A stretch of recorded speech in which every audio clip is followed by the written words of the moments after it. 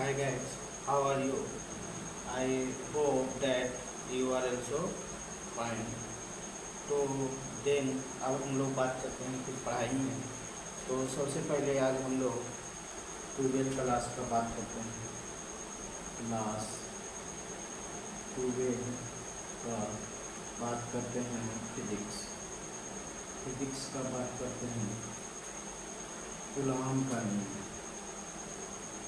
Coulomb का नियम, Coulomb का नियम, कूलॉम का नियम। तो कूलॉम जो है एक वैज्ञानिक थे।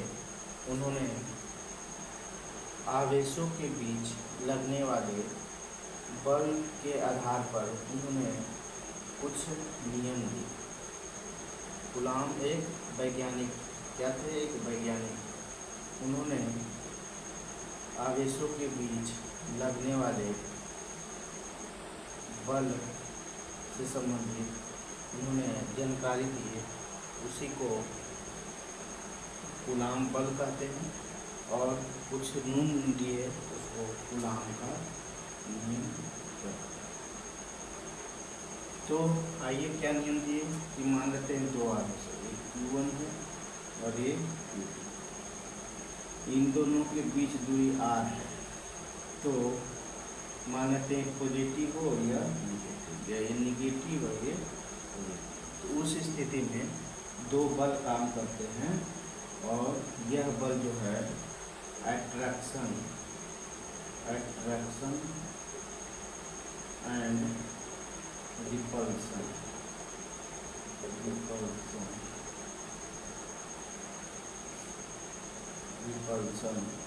के रूप में आकर्षण तथा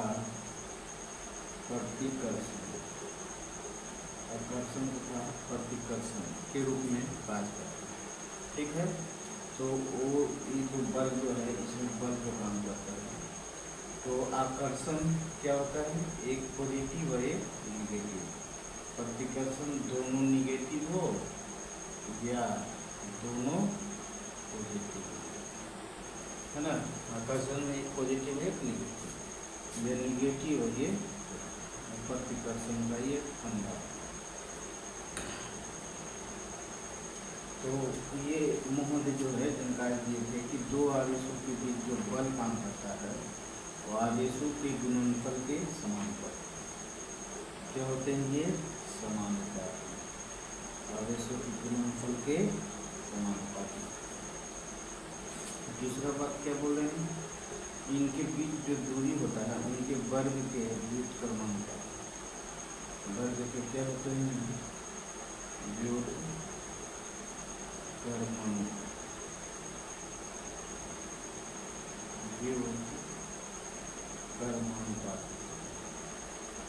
समानुपाती और ये हो गया व्युत्क्रमानुपाती। अब इन दोनों बल के आधार पर जो है F Q1 Q2 बटे R²। ठीक है। अब यह जब एक कांस्टेंट आता है तो उसके लिए क्या होता है? Q1 Q2 बटा R²। ठीक है। इसी तरह से यह अब K का जो मान होता है 1/4πε0 Q1 Q2 बटे R। K का मान होता है 1/4πε0। ठीक है। ये कूलॉम बल हो गया। इसमें एप्सिलॉन, इसको एप्सिलॉन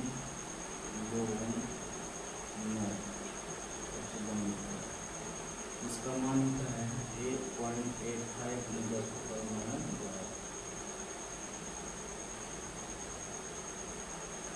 एप्सिलॉन का मात्रा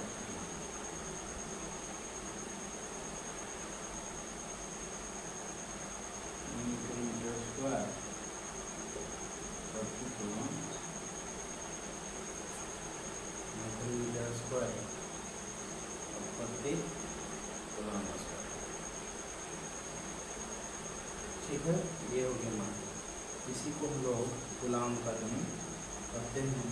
और यहाँ के का जो मान होता है 9 गुने 10⁻9 है तो उस हिसाब से यह बराबर आपका जो मिलेगा 9 गुने 10⁻9 Q1 Q2 बटे जो न्यूमेरिकल में काम करेगा। ठीक है, कूलाम एक वैज्ञानिक थे, उन्होंने दो आवेशों के बीच लगने वाले बल से संबंधित नियम जो आकर्षण और प्रतिकर्षण, आकर्षण और रिपल्सन के रूप में। आकर्षण कब होगा? दो विपरीत चार्ज, एक पॉजिटिव तो दूसरा नेगेटिव, पहला नेगेटिव दूसरा। प्रतिकर्षण कब होगा? दोनों नेगेटिव हो या फिर पॉजिटिव हो। अब ये नियम क्या दिए? पहला नियम दिए कि ये आवेशों के गुणनफल के समानुपाती होते हैं। ये क्या बताए? ये आवेशों के दूरी के वर्ग के व्युत्क्रम अनुपाती। ये दोनों से मिला दिए तो इस तरह से ये फॉर्मूला बन गया।